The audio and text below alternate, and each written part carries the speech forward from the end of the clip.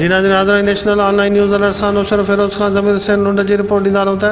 नौशर फिरोज जे 74 water filter plant जो ठेकेदार Minerva company जे अॻुवाण अदनान कुरैशी लापता पेटी ठेकेदार बाबर मशहूरी भी गुम थी वियो आहे। जॾहिं त ठेकेदार जा फ़क़ति 2 मुंशी जिनसा रबड़ो हालिद मशहूरी ज़िले में प्लांटन जी कुछ आर्ज़ी मरम्मत करण बजाए खां पोइ बि नाकारा बणियल आहिनि। प्लांटन ते ड्यूटी कंदड़ औरतुनि जो बि ठेकेदार ॾांहुं 5 महीननि खां पगारूं रहिजी वियूं आहिनि। जॾहिं त ठेकेदार बाबर मशहूरी ऑपरेटरनि खे पगारूं ॾियण खां साफ़ इनकार करे छॾियो आहे। जंहिं ते ऑपरेटरनि हरी खैर मोहम्मद राजपर मंसूर अली समो सैयद आबिद अली शाह रहीम बख्श मोहम्मद अशरफ चन्ना ऐं ॿियनि एहतजाज कंदे नेशनल ऑनलाइन न्यूज़ सां ॻाल्हाईंदे चयो त असांजा ख़ानदान ऐं बच्चा फाका कशे में मुबतला थी विया आहिनि। गुज़िरियल बजट बि करप्शन जे भर चढ़ी वई।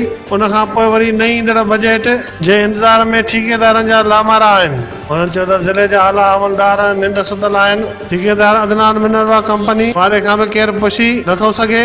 ज़िले नौशर फिरोज जे एक्शन ऑफिस अॻियां एहतजाज कंदे मुलाज़िम अॻुवाणनि जो चवणो हो त जेकॾहिं असांखे हफ़्ते अंदरि 5 महीननि जो रियल पगारूं न ॾिनियूं वयूं त पूरे ज़िले जे मुलाज़िमनि सां गॾिजी नेशनल हाईवे रोड बंदि कंदासीं, जंहिंजो ज़िम्मेवार पब्लिक हेल्थ खाते जो इंजीनियर ऐं ठेकेदार हूंदा।